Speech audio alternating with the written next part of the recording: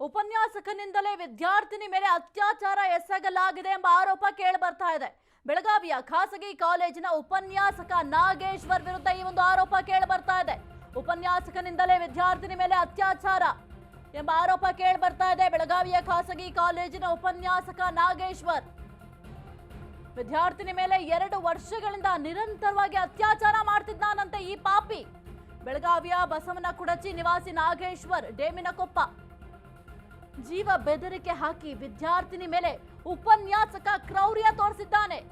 Live in relationship ನಲ್ಲಿ ಇರಬೇಕು, ಕರೆದ ಕಡೆ ಬರಬೇಕು ಅಂತ ಕಂಡೀಷನ್ ಹಾಕಿದ್ನಂತೆ. ಇಬ್ಬರ ಮಧ್ಯೆ ಇರುವ ಸಂಬಂಧದ ಬಗ್ಗೆ ಯಾರಿಗೂ ಕೂಡ ಹೇಳಬಾರದು, ವಿಷಯ ಬಹಿರಂಗ ಪಡಿಸಿದ್ರೆ ಕೊಲೆ ಮಾಡೋದಾಗಿ ಈ ಭೂಪ ಬೆದರಿಕೆಯನ್ನ ಹಾಕಿದ್ನಂತೆ. ಉಪನ್ಯಾಸಕನಿಂದಲೇ ವಿದ್ಯಾರ್ಥಿನಿ ಮೇಲೆ ಅತ್ಯಾಚಾರ ಎಸಗಲಾಗಿದೆ.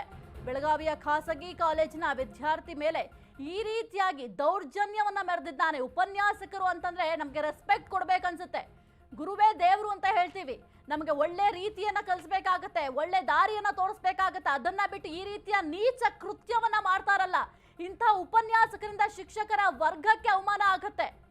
ಎಂತ ಪಾಪಿ ನೋಡಿ ಈತ. ಆ ಹುಡುಗಿ ಮೇಲೆ ಈ ರೀತಿಯಾಗಿ ದೌರ್ಜನ್ಯವನ್ನ ಮಾಡಿದ್ದಾನೆ.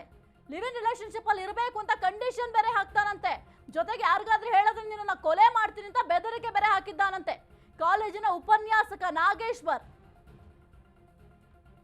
ಉಪನ್ಯಾಸಕನಿಂದಲೇ ವಿದ್ಯಾರ್ಥಿ ಮೇಲೆ ಅತ್ಯಾಚಾರವನ್ನ ಮಾಡಲಾಗಿದೆ. ಬೆಳಗಾವಿಯ ಖಾಸಗಿ ಕಾಲೇಜಿನ ಉಪನ್ಯಾಸಕ ನಾಗೇಶ್ವರ್, ಆಕೆಗೆ ಭಯ ಆಗಿದೆ, ನನ್ನನ್ನು ಕೊಲೆ ಮಾಡ್ತೀನಿ ಅಂತ ಎದುರಿಸ್ತಾ ಇದ್ದಾರಲ್ಲ, ಏನ್ ಮಾಡೋದು ಅಂತ ಆಕೆಗೆ ಹೆಂಗ್ ಗೊತ್ತಾಗತ್ತೆ. 2 ವರ್ಷಗಳಿಂದ ನಿರಂತರವಾಗಿ ಅತ್ಯಾಚಾರ ಮಾಡ್ತಾ ಇದ್ದಾನಂತೆ. ಬೆಳಗಾವಿಯ ಬಸವನಕುಡಚಿ ನಿವಾಸಿ ನಾಗೇಶ್ವರ್ ಯುವತಿ ಮೇಲೆ ಅತ್ಯಾಚಾರ ಬೆಸಗಲೆಂದೇ ಬಾಡಿಗೆ ಮನೆಯನ್ನ ಮಾಡ್ಕೊಂಡಿದ್ದಂತೆ. ನಾಚಿಕೆ ಆಗ್ಬೇಕು ಇವನ್ ಜನ್ಮಕ್ಕೆ. ಅರ್ಥಶಾಸ್ತ್ರ ವಿಭಾಗದ ಅತಿಥಿ ಉಪನ್ಯಾಸಕನಾಗಿದ್ದ ನಾಗೇಶ್ವರ್ ಬಾಡಿಗೆ ಮನೆಯಲ್ಲಿ 2 ವರ್ಷಗಳಿಂದ ನಿರಂತರವಾಗಿ ಅತ್ಯಾಚಾರ ಮಾಡ್ತಿದ್ದಂತೆ. ಪೋಷಕರ ಬಳಿ ಅತ್ಯಾಚಾರದ ಬಗ್ಗೆ ಬಾಯ್ ಬಿಟ್ಟಿರುವ ಸಂತ್ರಸ್ತೆ.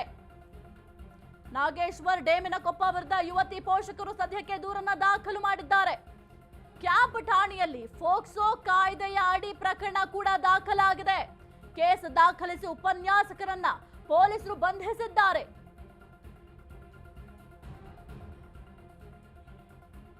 ಯುವತಿ ಮೇಲೆ ಅತ್ಯಾಚಾರ ಎಸಗಲಿಕ್ಕೆ ಅಂತಾನೆ ಒಂದು ಬಾಡಿಗೆ ಮನೆಯನ್ನ ಮಾಡ್ಕೊಂಡಿದ್ದಂತೆ.